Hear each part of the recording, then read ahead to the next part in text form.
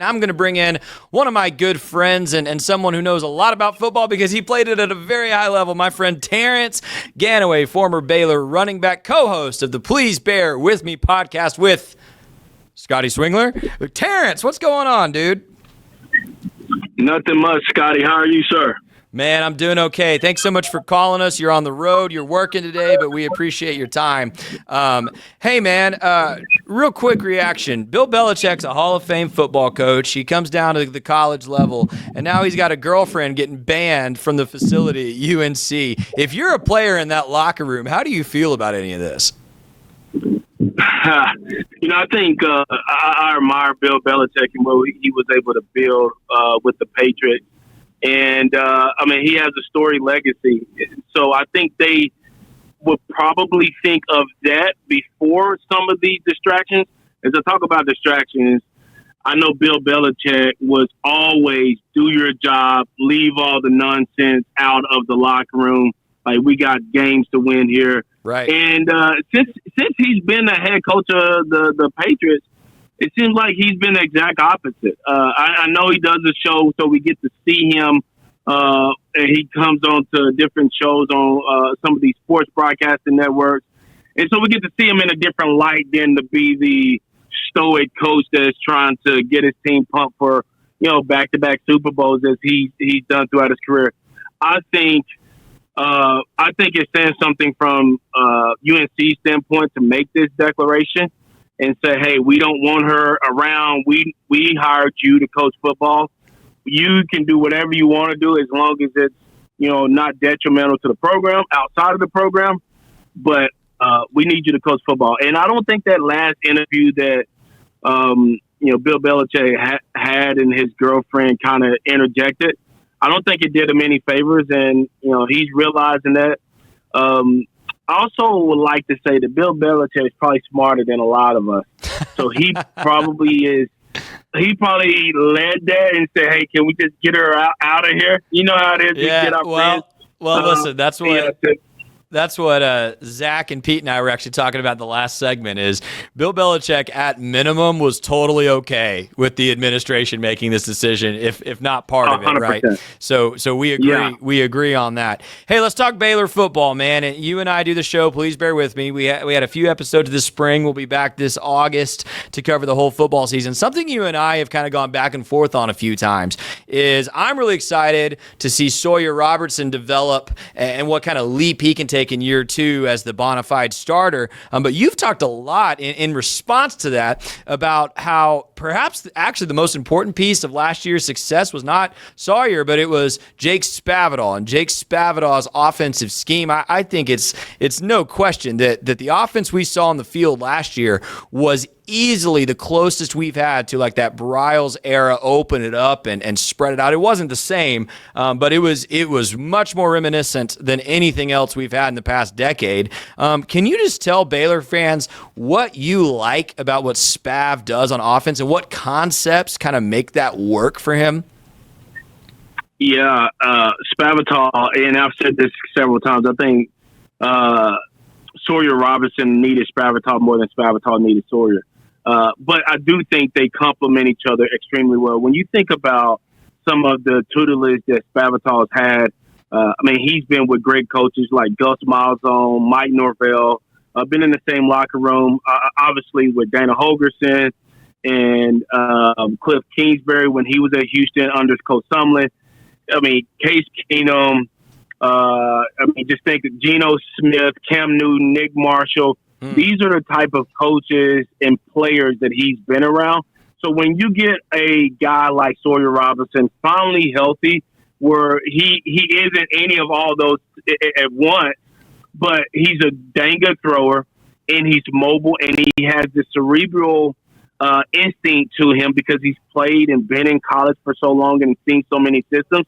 Now being in the second year of the same system, I bet Spavital and Sawyer Robertson are going to be a lot more hand in glove than we've seen in the past. And so I don't know if it reminisces what Browse did or what we saw in the early 2010s with the Big 12 offenses, But I would say that it's definitely different than the Grimes style offense where, there's two tight end sets and we're trying to run and establish a run. I don't think by any means Jake Spavital is getting away from the run with the two running backs that he has on the roster and bringing in a really talented running back from Oklahoma. But what his schemes allow him to do is to be very versatile. And then he has a quarterback that can go out there and execute. So people should be very excited about what Jake Spavital can do in year 2 with Sawyer Robertson. Now we just need to make sure everyone stays healthy and they come out there and have a great season. And Frank, I'll throw in Johnny Manziel as well as one of the coaches he coached after his Heisman season. So the guy knows what he's doing. He knows how to work with elite athletes, and he's going to get Sawyer Robertson to elite status. And I think we're going to have fun riding this roller coaster. Man, I love everything you just said there. That's awesome. And Spav, one thing, if you look at his career, he's never stayed at one place long. I mean, it seems like he's moving jobs pretty frequently. I don't think that's a slight at him. It's just kind of, if you look at his resume, it's just true. So I was thrilled he stayed. I don't think we were guaranteed a year 2. I don't think we're guaranteed a year 3. But we'll see how the season goes. You mentioned those running backs, and I wanted to ask you, Bryson Washington set a freshman record last year rushing the football for Baylor. I think he's better than most people think. He's still not really on that national radar for most people, but as I was watching Big 12 play, a lot of good running backs in Big 12 play last year. Terrance, Devin Neal, Tosh Brooks, Ollie Gordon, like the conference was pretty stacked in terms of the running back position, and I could argue Bryson Washington was the most impressive guy I saw all season. Granted, again, that offense helped open some big holes for him, but you played the running back position at an elite level at Baylor. Talk about Bryson Washington's next steps. What is it's hard for me as a fan to evaluate how a running back can evolve. What does he need to do to progress in his game? Yeah, I do think Bryson Washington had a standout season last year, but we can't forget Cam Scatterboo, and I think Brooks at Texas Tech was very vitally important to them having success. And I'll confess, I do forget Cam Scatterboo because it's still Arizona State being in the Big 12 tends to slip my mind more often than I like to admit. But go ahead, continue. Yeah. But, I think Big 12 was loaded with running backs. Neal and, Gordon, they just took a step back. Their programs didn't play as well as they thought they would. But I can tell you one thing, winning and having a balanced attack helps. And I think when Sawyer Robinson took over as the starting quarterback, it kind of slowed everything down on the team, and it allowed Bryson and Pendergrass to really take off in the running game, which helped elevate every part of our offense. In year 2, what am I looking for in Bryson Washington? I would look for him to let the game come to him a little bit more suddenness, patience, burst, and speed. I think burst and speed will stay there. We got a great strength coach, and we got a great conditioning program that's going to get us ready to go. But the game should just start to slow down a little bit each and every year. He's going to be a redshirt sophomore, so he's been on campus a couple years. This is going to allow him to really see plays develop before and then be more patient. But then when he has the opportunity to have that quick suddenness, I think he's going to be able to take that to the next level. And not just for, Bryson, but also Dawson. I mean, those two guys complement each other extremely well. And the game should start to slow down tremendously for them, especially in year 2. Coach is going to put them in some really good packages and schemes that are going to allow them to get downhill and be the best versions of themselves. But you shouldn't see a lot of missed opportunities, missed holes. I expect more broken tackles. But then is that them setting up plays and really being bullies on the field. Yeah, and it's good that you mentioned he's a redshirt sophomore. I think something a lot of people don't want to think about yet is if he has a good enough year, Baylor. Let's say we're dreaming, right? Baylor makes the playoff, and Bryson's a big part of that success. Like, dude could jump to the league. I don't know what his NIL situation is or what his draft stock would be. We just have no clue what he's going to do on tape this year. But he'll be draft eligible after this season. That's important to keep in mind. Two more questions for you. First of all. Man, there is just a wide gap, I think, of expectations for this Baylor team. You've got folks like me who are pumping sunshine pretty hard right now and feeling like this is a playoff caliber roster if they can just execute. And then you've got some people who just see them kind of in the middle of the pack, the Big 12, 6 to 8 wins, not too dissimilar from the performance they put out last season. To you, Terrance Ganaway, not only a fan but a former player, what constitutes a successful 2025 season? I just think playing sound fundamental football.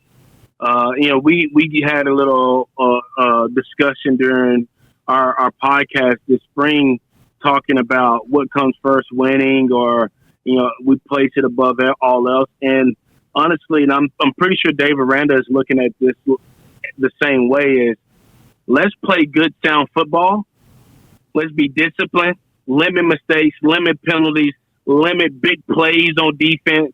Let's get big plays on offense. And I think if you start stacking those up, we're going to look up and Baylor's going to be a 10-2 season, 11-1 season, and we're going to have a chance to get in the playoffs and maybe even host a postseason game. And so, can you imagine?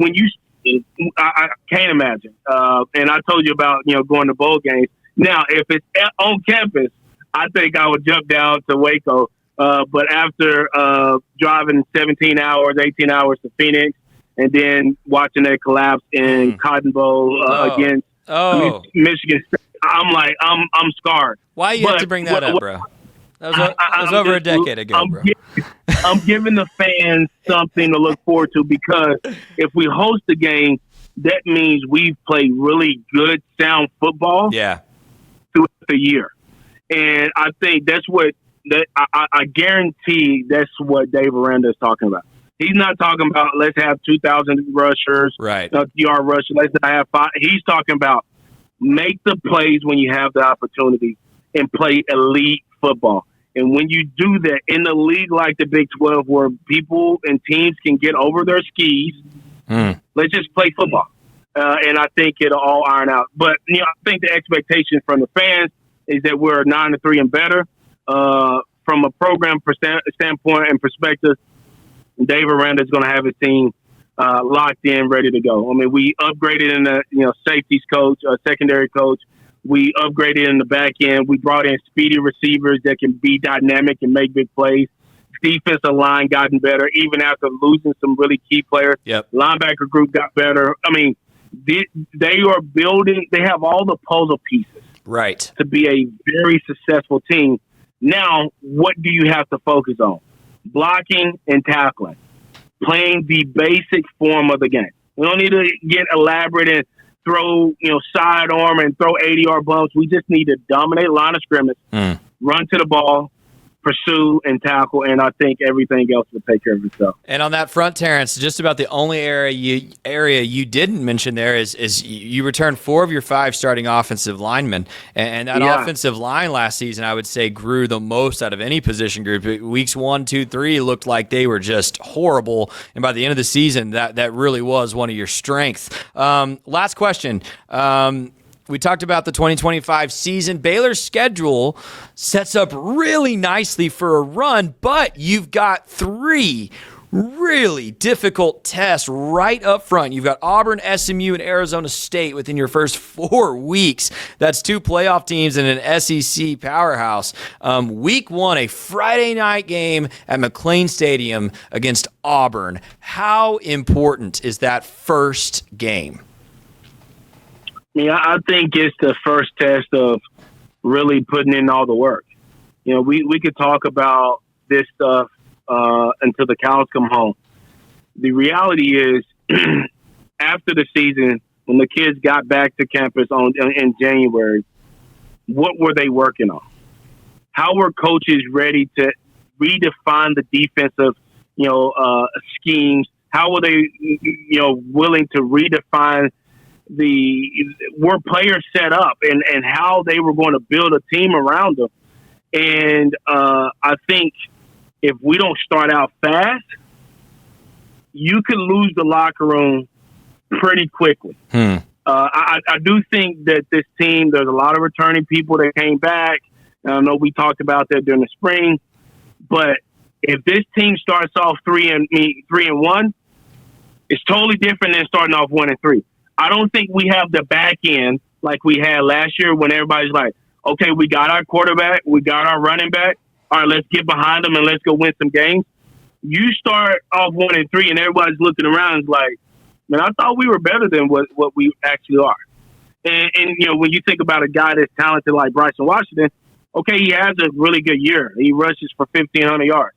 Maybe the NFL is not ready for him yet, but what's to say he's not going to go to SMU and get paid a couple of $1 million, or go to Alabama or Georgia and be one of their elite running backs who almost guaranteed. Now, it really hasn't worked out for running backs that transfer and want to play at a high level because they end up don't get drafted and they're chasing NIL. I don't know what his motivation is, but to answer your question is we have to start off really hot this season, or the wheels will come off the wagon, and not just in the locker room. I think the fans will be ready to turn in their resignation as well. Dave Aranda talked about expectations in the previous question. It's almost a make or break year. I don't think he's thinking about that. I think he's thinking about let's play good football, but we got to start off the season really hot, or man, that locker room can get really toxic extremely fast, especially with some of these high-level starters that just came in. Great stuff from Terrance Ganaway, my co-host on the Please Bear With Me podcast. Hey, if you're watching, I would love it. Just real quick pitch. Go to Please Bear With Me on YouTube, subscribe, and check out a couple of the videos there. In one of those videos, I remember, Terrance, you said, I'm going to know everything I need to know about Sawyer Robertson 10 minutes into the Auburn game. That is so important. Terrance, have a great day, man. Thanks for joining us on the Pete Souza Show. Thanks, Scotty. Have a good one. Terrance Ganaway, Baylor legend, co-host of Please Bear With Me, joins us to talk Baylor football.